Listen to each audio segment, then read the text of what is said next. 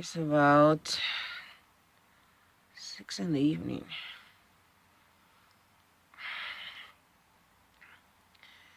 I had a real long dream. Very, very strange.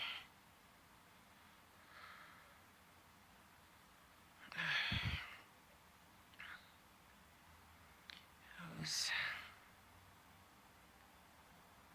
I was dreaming with people I know.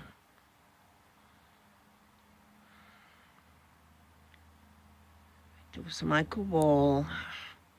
Well, I don't know him, but seen him on the media. And I am sweating here to death. I am soaking wet from the heat, the natural, it's probably about 80 degrees outside or more. At least it's about 90 here in the trailer. So I'm soaked and so sweat. It woke me up. But the dream was very strange. I just woke up about 5 minutes ago. And I was in a town somewhere. It was not here. It was like European. I've been in Europe, so I can describe the place as European. And the buses were different, the transportation were different than here. And I got in the bus, and this is not how the dream started. The dream started that it was like a town, and it was like a restaurant, small restaurant where they have beautiful, nice food in there. And I park in there, and I was coming from real strange roads, like dusty roads. And I park in there, and it came to happen that my brother was there. And he was sitting on an outside chair on a table talking to somebody trying to find a job.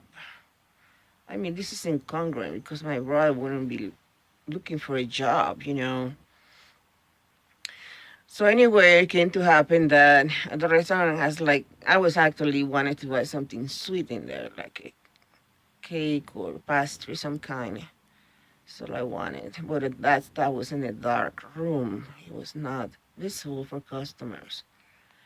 When I asked, she showed me, and she turned the light, and there was all the pastry there, beautiful pastry, real fancy pastry,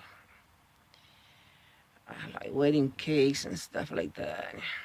Real fancy pastry, creamy, and that's what I wanted. The dream. So, but they were in a little space beside the restaurant in a dark room. Then then my brother was still sitting outside talking to get a job. And when I came out, it came to happen that it was not my brother. It was Michael Ball. Then Michael Ball was a little bit indifferent with me. He was in his own social world. Then here it came to happen that we were not anymore in the restaurant. We were in a big, big, beautiful motel, more like an not an antique, like a Victorian hotel.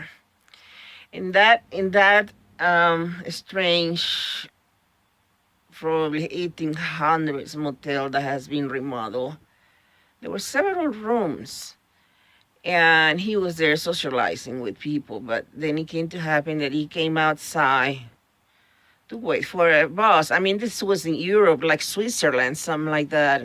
So weird.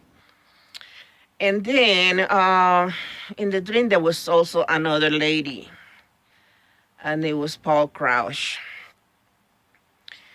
The lady was like the lady, the Gibson Rose lady, or it was her. I don't remember. But there was also a man that sit on the table in the social group. Now it was like a place for retirement people. I mean, this is weird dream. I was just jumping from one place to another. But in all the places I went, Michael Ball was present. And I wish I wish he hear this. Oh, it's amazing. I saw his face. It was him. He said Michael Ball, you know. So anyway, he presented himself as Michael Ball. So anyway, yeah, that lady was there, was sitting on the table, and it was she was an old lady, very important old lady, and then it was Paul Crouch from TVN. But in the dream, I knew he was dead, and there were five people on the table, and they all knew he was sitting in there, but he was dead. That they knew he was dead, and then I hold his hands. No, I made him stand up, and I said, come back here. I want to talk to you." And he stood up. This is so weird. I knew he was dead, and I was not scared of him. You know, usually when I dream somebody dead in dreams, I am very scared. I just want to run away from it. But in this case, it was not. I knew he was dead, and he was there. And I said, "Can you stand up for me?" So he stood up, and we went a little farther from the table. And I hear Michael Ball was somewhere around walking, and it was a lot of people there. Then he stood up, and I hold his hands, and I said, "I want to tell you this. Um, I always love you as a father. You were so good to me. I felt your love all the time you were alive through your ministry uh, service, you know, in television." And he said, I know." And then he looked at me, and I look at him. Here I was talking to a dead person. And he looked at me, and I look back at him, and I hold his hands, and I can tell you, I felt his hands. I hold older hands, big. So I hold his hands, and not for a long time, for quite a moment, and I hold his hands, both of them. So we both were holding hands. And I was just thanking him for what he did for me. And I wanted to be sure that he knew that in my heart I'll always respect it and I love him. And I never got the chance to meet him, but I was meeting him now. Oh my Lord. I just cannot believe I dreamed this stuff. Then the people that were on the table were looking at me with disgust. They were upset that I was doing that. Isn't that amazing? They were upset. I can't remember exactly what people was on the table. I know there was a lady. But anyway, after that, here it comes. I was outside. This dream was very long, and just trying to remember all of it. I went outside, and there was Michael Ball waiting for the European bus, and I was too. And I talked to Michael Ball, and I said, "Hey, Michael Ball." He was like he didn't care about me, you know. He cared less. But he was not. He was not in this moment. But he was not. How you say that? He was not